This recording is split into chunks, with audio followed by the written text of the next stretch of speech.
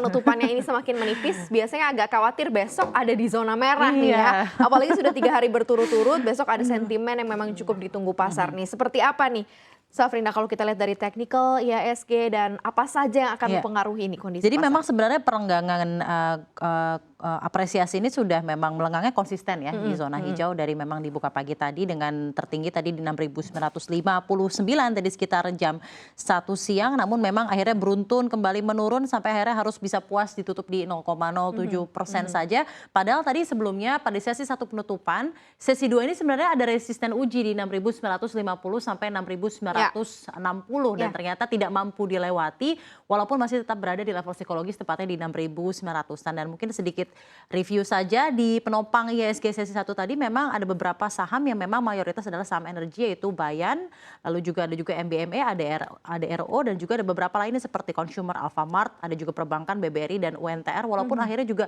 berbalik arah terutama untuk finansial yang memang tadi seperti kita lihat bersama penutupan memang harus ditutup melemah. Nah, untuk Bayan sendiri ini di sesi 1 menjadi penyumbang 3,8 indeks poin dan memang sebenarnya hari ini walaupun akhirnya ditutup di 0,07%, sentimen dari penguatan komoditas batubara itu masih menjadi penopang utama ya pergerakan dari IHSG yang berhasil menguat selama 3 hari. Dan dominasi dari saham-saham energi juga yang mensupport kenaikan IHSG memang cukup besar sekali begitu ya kontribusinya pada perdagangan hari ini. Sementara di tengah kondisi tadi optimisme kita begitu ya terkait mengenai cetakan dari IHSG, besok nih ada RDG nih ya yang tampaknya juga akan membuat galau investor nih besok. Seperti apa nih? Dan juga kabar dari eksternal ya.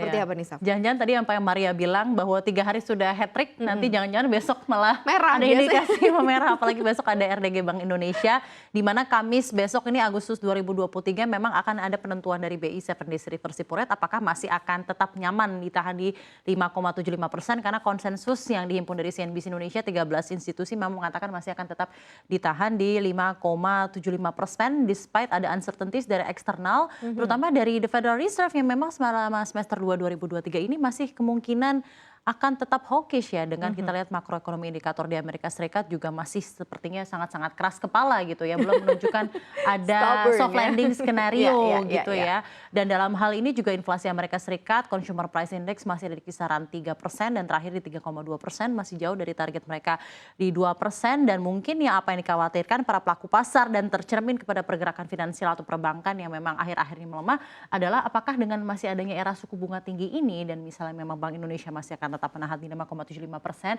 apakah ini akan berdampak baik gitu untuk performa perbankan sendiri dan ini yang mungkin mencerminkan pergerakan emiten perbankan atau finansial yang biasanya menjadi support utama penguat IHSG akhir-akhir ini sepertinya malah agak kalut gitu ya, Maria. Ditambah lagi mungkin spare-nya dengan suku bunga acuan di Amerika Serikat juga tidak akan terlampau jauh begitu ya. Artinya investor asing global punya banyak pilihan untuk meletakkan dana begitu ya untuk investasi. Padahal kita lagi butuh banget sebenarnya engine global nih ya untuk bisa masuk ke pasar kita yang sebenarnya jauh lebih resilience ya compare untuk negara-negara peers maupun juga negara maju seperti Amerika Serikat dan juga China ya.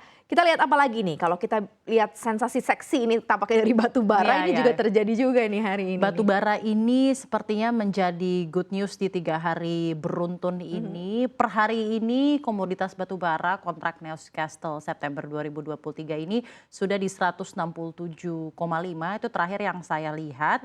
Dan memang penguatan harga komoditas batu bara ini sudah berlangsung selama 13 hari beruntun. Dan ini historical, Maria mungkin tadi sempat saya sebutkan di segmen 1 karena memang penguatan selama 13 hari beruntun ini memang terjadi terakhir seperti ini tuh di Desember 2009 gitu ya. Dan memang level psikologis baru kembali dicapai di 160 US dollar dan ini tertinggi sejak 5 Mei 2023 memberikan sentimen yang begitu baik untuk para pelaku pasar di tengah kelesuan dengan adanya harga batubara yang terjadi normalisasi ya di tahun ini di 2023. Namun 160 is still a quite good level dibandingkan pre-pandemic levelnya dari batubara yang di kisaran 70 sampai 80 dan memang penguatan dari harga batubara ini yang di kisaran 160 ini ditopang oleh beberapa hal yang bisa jadi perhatian gitu ya para pelaku pasar yang memang bermain gitu ya di emiten atau saham energi, yaitu adalah permintaan global dan Asia karena heat wave semakin panas, terutama permintaan China yang semakin besar karena ada heat waves dan kebutuhan energi untuk menyalakan air conditioner dan lain-lain semakin tinggi dan juga memang ada hal supply chain yang memang terganggu dengan kekeringan di terusan Panama di mana gangguan rute pengiriman batubara Amerika Serikat tujuan pasar global terdisrupsi luar biasa dengan adanya kekeringan global ini. Jadi somehow sebenarnya penguatan batubara ini ditopang karena adanya climate change Iya, effect. iya, iya. Walaupun tadi juga seperti disampaikan oleh analis dari KB Valbury Sekuritas yang mengatakan bahwa level $170 ini masih jauh lebih make sense begitu ya. Iya. Saat ini di 160.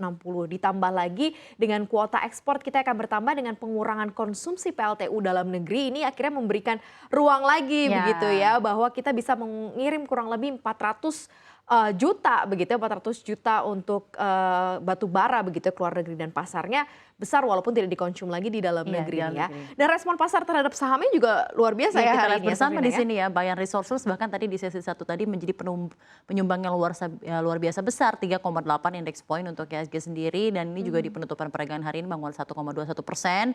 Merdeka Battery Materials ini signifikan melesat 9,03%, diikuti dengan Adaro sesi 1 tadi bahkan melenggang di 3% penguatannya.